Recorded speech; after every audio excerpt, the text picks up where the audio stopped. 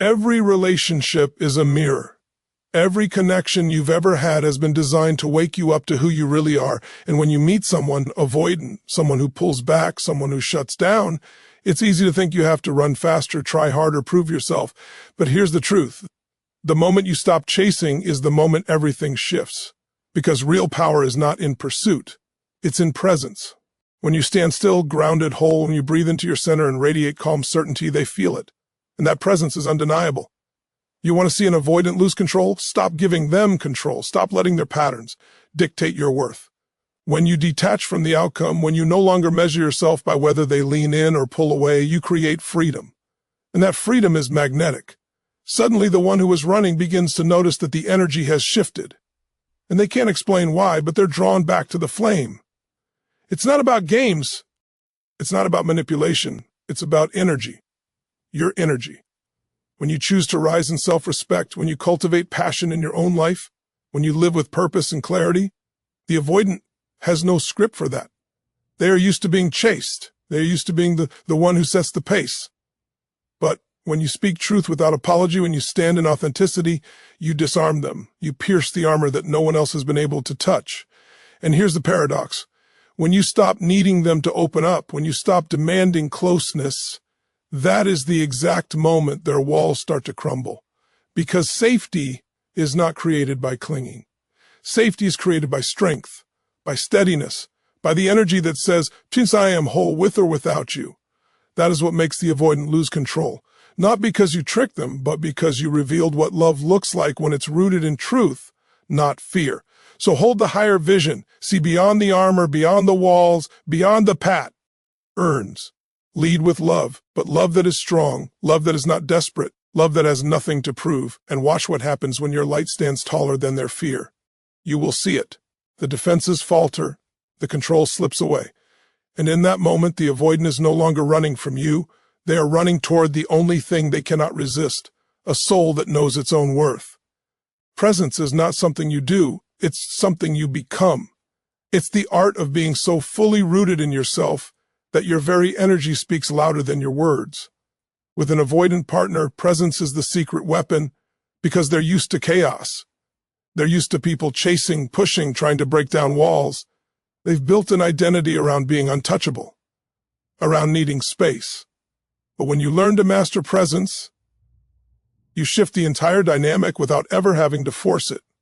Presence tells them, same here, but I am not here to consume you. I am steady, I am whole, I am grounded, and it is something they can't run from because it doesn't trigger the alarm bells that usually send them into retreat. Think about the power of a mountain. A mountain doesn't chase you.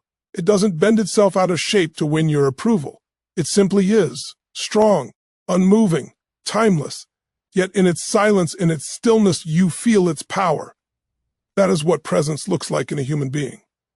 When you embody this energy, the avoidant senses something different. They expect the usual script, the pursuit, the pleas, the arguments, the proving. But when you stand grounded, calm, unshaken, they lose their rhythm. Their control begins to slip because suddenly the dynamic has changed. They are no longer the one setting the rules of engagement. You are. Presence is about breath. It's about slowing down the racing mind that tells you to react, to chase, to fix. It's the ability to sit in silence and let your body say what your words cannot. I am safe. I am whole. I am not afraid to be still. This unnerves the avoidant, not because you are threatening, but because you are unpredictable. They have conditioned themselves to expect people to overextend, to collapse into neediness when met with distance. Your presence defies that expectation. And in that defiance, they feel something they cannot control. Attraction, curiosity, even admiration. But presence goes beyond what they feel. It transforms you. When you master presence, you begin to realize how much of your life has been spent reaching outside yourself for validation. You see how often you've given away your energy in the hope that someone else would mirror it back. Presence calls you back to your center. It says, I am enough as I am. I am here, not because I need you to complete me, but because I choose to share my completeness with you. That energy doesn't just influence the avoidant, it transforms the relationship into a different playing field.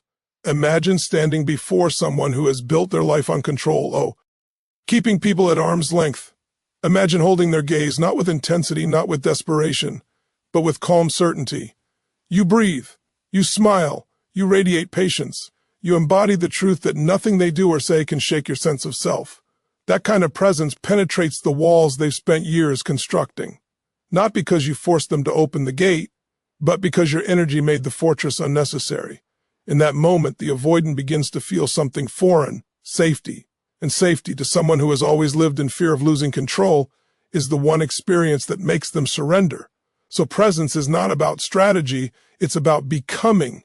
It's about living in alignment with your own worth so deeply that the other person cannot help but feel it. It's not in the words you say, but in the pauses between them. It's not in the gestures you make, but in the energy behind them. When you are fully present, you remind the avoidant of something they didn't even know they were searching for. A love that doesn't demand, a connection that doesn't suffocate, a strength that doesn't need to be loud. Presence is the silent power that makes them lose control because it reveals a truth greater than their fear. You are unshakable, and they cannot run from that light. Detachment is not indifference. Them closer, because it is the one thing they cannot manipulate. When you detach, you stop tying your sense of value to whether they text back, whether they open up, whether they move towards you. You start to live from a place of inner abundance rather than outer approval. And that shift is felt instantly. They expect you to cling, to beg, to prove your love. But instead, you stand in stillness. You live your life, pursue your dreams, radiate your purpose. And without realizing it, they start to feel the gravity of your independence. Because detachment sends a message far louder than words, and she choose you, but I do not need you. That paradox, love without need, connection without desperation, is what makes the avoidance armor begin to crack. Think about the river. The river doesn't grasp for the rocks, doesn't cling to the earth. It flows. It moves with power, with direction, with certainty. The rocks cannot stop it, and yet the river doesn't try to force them to move. It simply flows arrow, on them finding its way. That is detachment. You flow with your own energy, your own life force, without needing anyone else to validate it. And when the avoidant sees that flow, when they see that you are unshaken by their pullbacks, they begin to lose their own control. Because the moment you stop reacting, they stop leading. The game is over, and a new reality begins. Detachment does not mean you stop loving. In fact, it allows love to become pure. Love that clings is fear disguised. Love that demands is insecurity wearing a mask. But love that is detached says, I am with you fully in this moment, and if you leave, I am still whole. That kind of love terrifies the avoidant because it shows them something they've never experienced, a relationship that doesn't revolve around control. Suddenly, they cannot push your buttons. They cannot make you collapse into panic. They cannot dominate the emotional field. And when control slips away, they begin to feel exposed. This is where transformation happens, because detachment is not about punishing them or withholding. It's about anchoring yourself in your own soul. It's about realizing that the outcome of this relationship does not determine your destiny. You are more than this story. You are more than their walls. And when you step into that awareness, you start to live differently. You speak differently. Your eyes carry a different fire. And the avoidance senses it. They sense that you cannot be caged. And in that realization, they start to feel the pull, not because you trapped them, but because you freed yourself. So the secret is this. The moment you release the need for their response, the moment you stop measuring your value by their behavior, the dynamic flips. They begin to chase the freedom they feel in your presence. They begin to long for the peace you radiate when you are no longer tied to outcome. And that longing makes them lose control because suddenly the one thing they've tried to avoid, the risk of true connection, becomes the one thing they can't resist. Detachment doesn't push love away, it amplifies it. It creates the space for love to exist without chains. And when you embody that truth, the avoidant cannot help but lean closer, because your freedom has become the very thing they crave. Energy is everything. Long before words are spoken, energy is felt. People sense it in your presence, in your body language, in the silence between your sentences. And when you're dealing with an avoidant, your energy determines the entire dance. They can feel when you're chasing. They can sense when you're afraid. They notice when your self-worth is leaking out of you like a desperate plea for validation. But when you own your energy, When you walk into a room radiating confidence, passion, and grounded self-respect, you instantly shift the dynamic. You stop playing on their terms. You become the one who sets the tone. Owning your energy means you are no longer a prisoner to someone else's moods or behaviors. It means that whether they lean in or pull away, you remain steady. You don't shrink when they withdraw. You don't explode when they test your boundaries. Instead, you anchor yourself in a deeper truth. Your energy is yours, and no one gets to dictate it. That power is magnetic, because the avoidant, for all their walls and defenses, is unconsciously searching for stability. They may not admit it, but their soul craves the warmth of someone who knows who they are, someone who cannot be easily shaken. When you radiate that energy, you communicate without saying a word. And I am here. I am strong. I am whole. I am not here to be consumed or to consume you. I am here to share my abundance. This flips the avoidance script entirely. They are used to others giving their power away, handing over their emotional energy in exchange for crumbs of attention. But when you own your energy, you refuse to play small. You embody passion. You move with purpose. You speak with certainty. And that is what disarms them.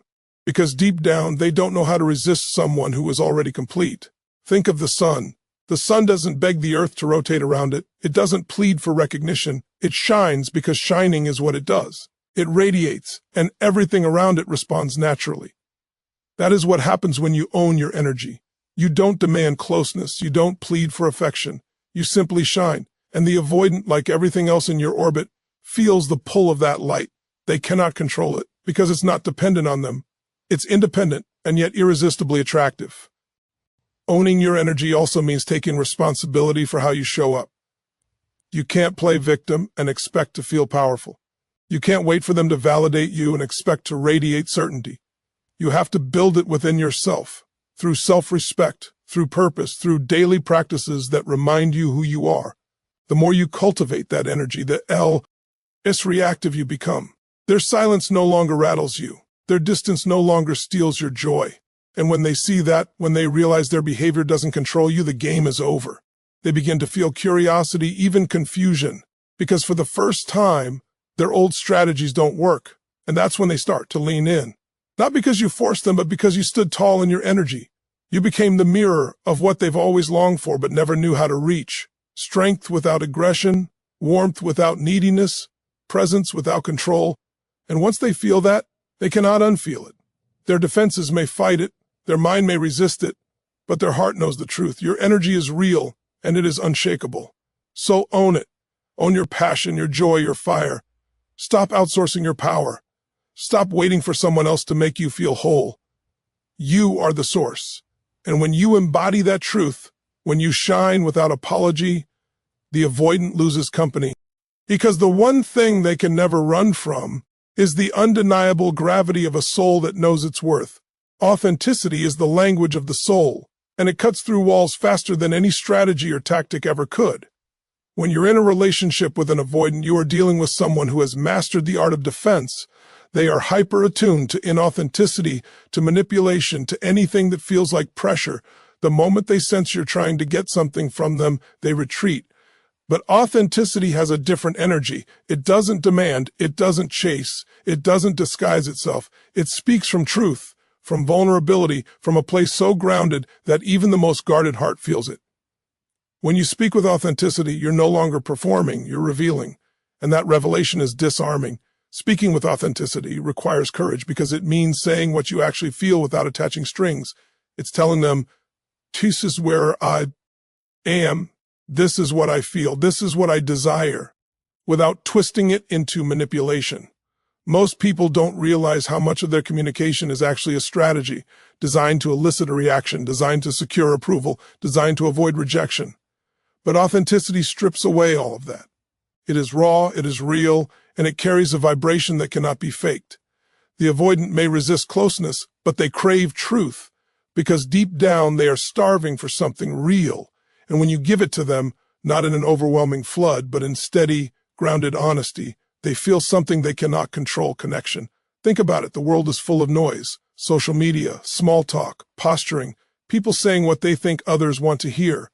In that ocean of pretense, Authenticity is like water to the thirsty. It nourishes, it stands out, it creates resonance. And with an avoidant who has built an identity around not needing others, authenticity shakes the foundation. Because it bypasses their walls. They might not know how to respond right away, but they feel it. They feel the sincerity in your tone, the congruence between your words and your energy.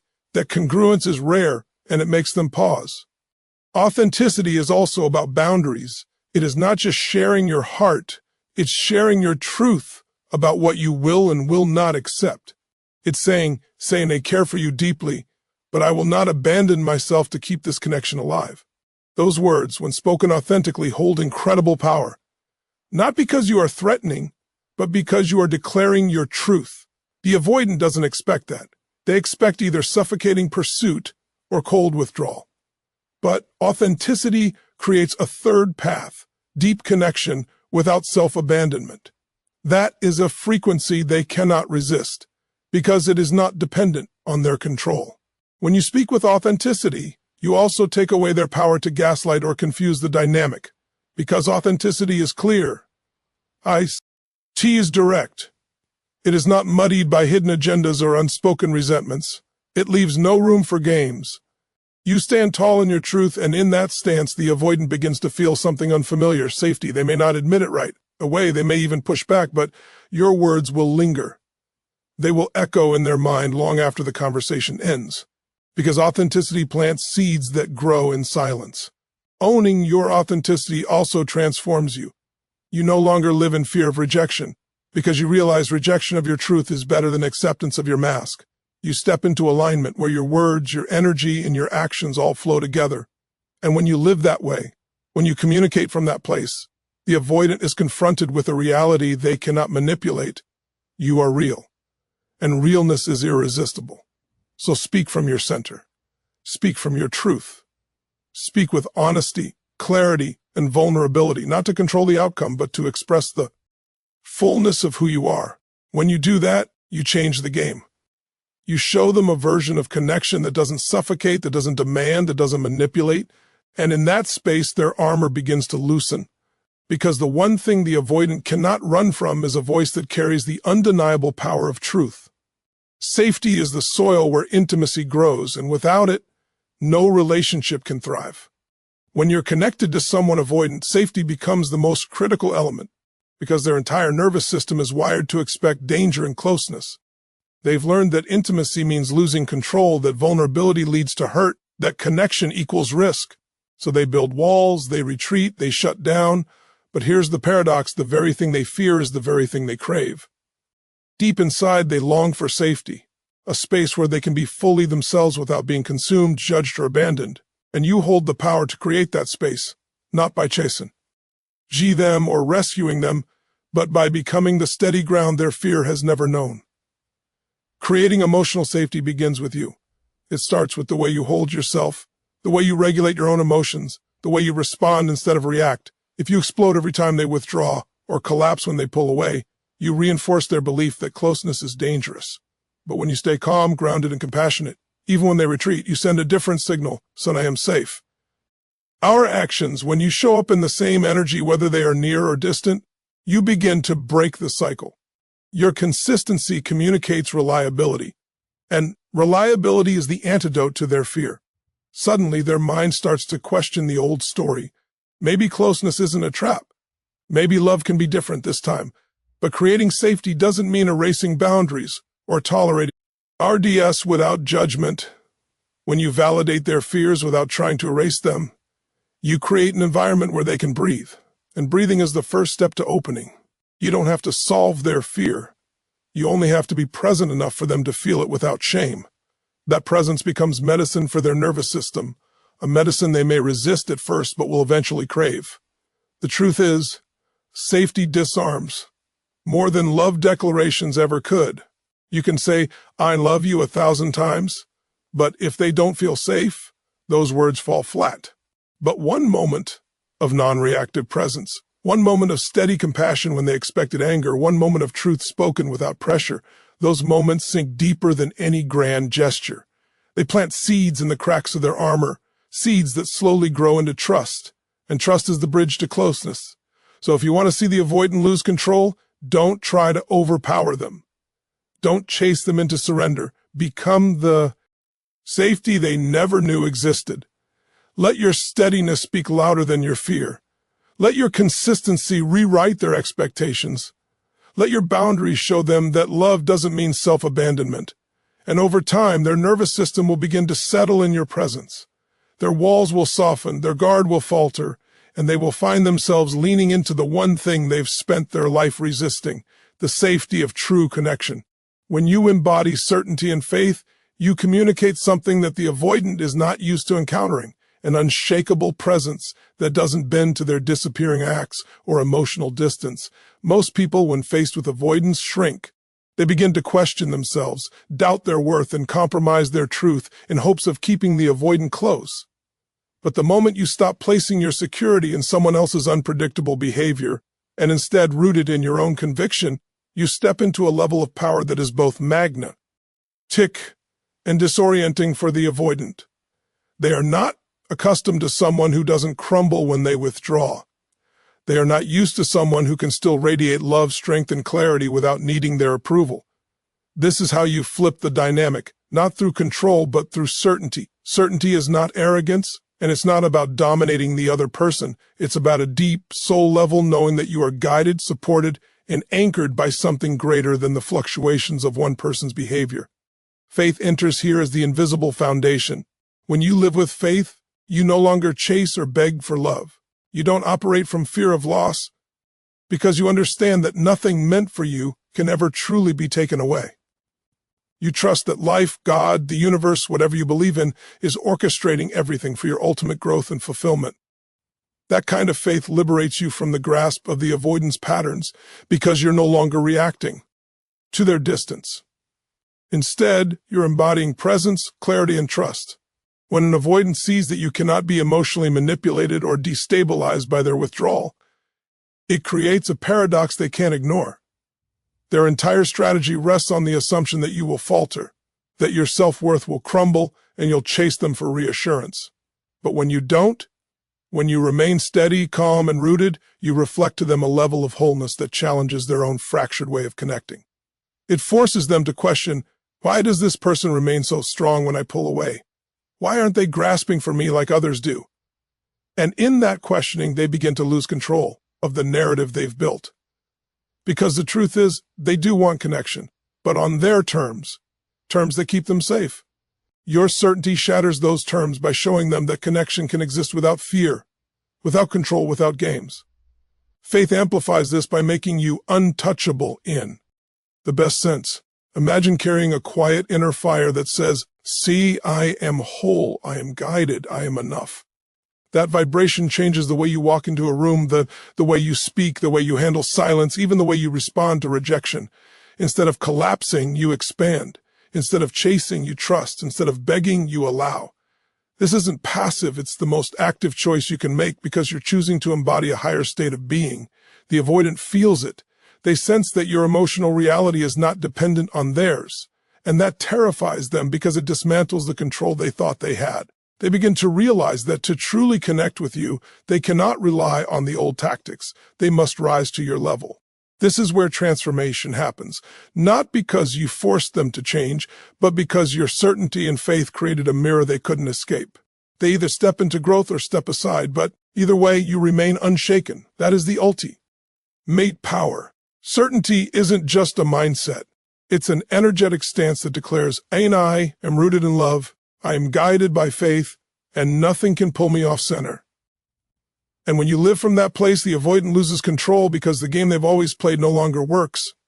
They can no longer define the terms of connection. You do through the unshakable presence of your certainty and the divine strength of your faith.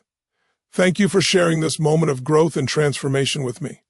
Every time you choose to lean into wisdom, to reflect deeply, and to open yourself to new truths, you honor the highest version of yourself. Remember, life rewards those who take action, who embody courage, and who trust that love and connection are not weaknesses, but the greatest strengths we can ever cultivate. Carry these words not just in your mind, but in your heart. Let them shape the way you see yourself, the way you engage with others, and the way you step into the future that's waiting. G for you. You are capable of more than you've ever imagined, and your presence has the power to awaken healing and freedom in those around you. Until we meet again, keep walking with purpose, keep daring to love, and keep choosing the path of growth. Thank you, and goodbye for now.